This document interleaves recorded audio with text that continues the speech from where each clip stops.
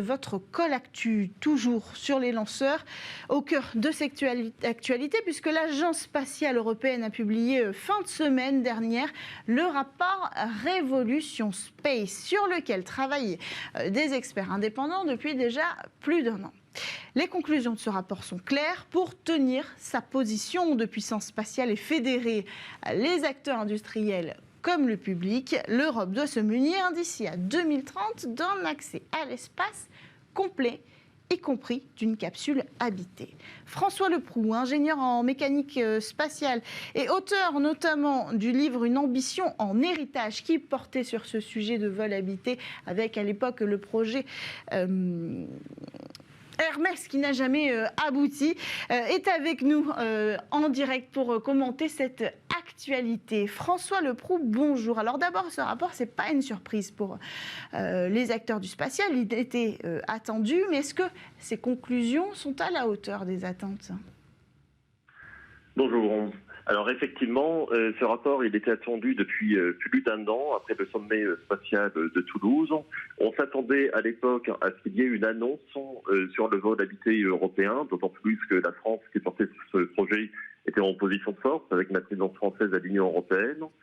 Mais une autre voie a été choisie, c'est-à-dire de justifier quelque part le vol habité européen par un rapport qui serait établi par des gens qui ne sont pas issus du secteur spatial. On le sait, le vol habité, c'est quelque chose qui est réclamé par les dirigeants des grandes agences spatiales et des grands industriels, aussi bien l'ESA, le CNES qu'Ariane Group. Et ce rapport visait davantage à fournir une justification auprès des politiques. Alors, les conclusions, vous l'avez dit, elles sont assez claires.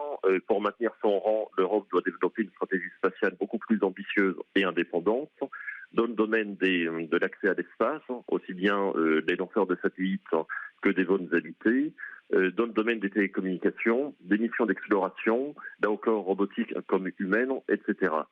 Donc ces conclusions, elles sont cohérentes avec des attentes, notamment des industriels, alors que depuis 2 ans, on voit bien l'Europe spatiale est dans une phase très difficile, avec des retards concernant les lanceurs, mais également des annulations de missions comme ExoMars. On pourrait même dire que le rapport est parfois trop ambitieux, en proposant notamment une mission lunaire européenne habitée. Mais comme le dit l'adage, il faut parfois savoir viser la Lune pour accéder aux étoiles. Alors justement, vous devancez ma prochaine question. On parle d'un rapport, on parle d'un constat. Le besoin urgent de se doter de capacités souveraines de vol habité. Vous parlez, vous, déjà des premiers jalons qui sont posés dans ce rapport, ce qui veut dire que l'Agence spatiale européenne serait proactive sur ce sujet-là ? Oui, alors en fait, ce rapport, il ne définit pas vraiment des propositions, mais davantage des grandes lignes directrices. Les experts ne sont pas issus du milieu, ils proposent des grandes lignes directrices, transformer l'écosystème spatial européen en réformant des processus comme le retour géographique, qui sont jugés trop lourds et peu compétitifs, privilégier les coopérations avec le secteur privé en s'inspirant davantage de la NASA, augmenter les investissements publics, etc. D'après ce rapport, ces lignes doivent être tracées dès aujourd'hui pour converger vers des grands objectifs pour 2030, la maîtrise du vol habité, une mission européenne vers la Lune, mais également imposer les entreprises européennes sur le marché spatial mondial à hauteur d'1/3, en affirmant l'Europe comme un leader. En fait, en filigrane, on peut voir que ce rapport, ce sont les ambitions de l'Agence spatiale européenne qui sont formulées autrement, et l'objectif, c'est quelque part de faire pression sur des États membres qui financent l'agence afin de donner à l'agence des moyens nécessaires pour réaliser ses ambitions. C'est vrai qu'il faut le préciser. Alors, ce rapport, il ne traduit pas directement la volonté collective de l'Agence spatiale européenne, mais plutôt l'analyse d'acteurs indépendants. C'est-à-dire que, est-ce que dans ce rapport, on trouve finalement une confirmation de l'Agence spatiale européenne ? Dans quelle mesure cela représente son engagement à elle ? Alors, ce n'est pas directement l'engagement de l'Agence spatiale européenne, mais ce rapport, dès sa publication, était largement relayé, alors d'une part par, les plus hauts dirigeants de l'Agence spatiale européenne, notamment son directeur général, Joseph H. Bacher, qui, on le voit depuis 2 ans, s'est affirmé comme le champion de l'idée du vol spatial habité européen, mais également par la nouvelle promotion des astronautes européens, tels que Sophie Adno. Évidemment, essentiellement ce qui concerne le volet du vol habité de ce rapport.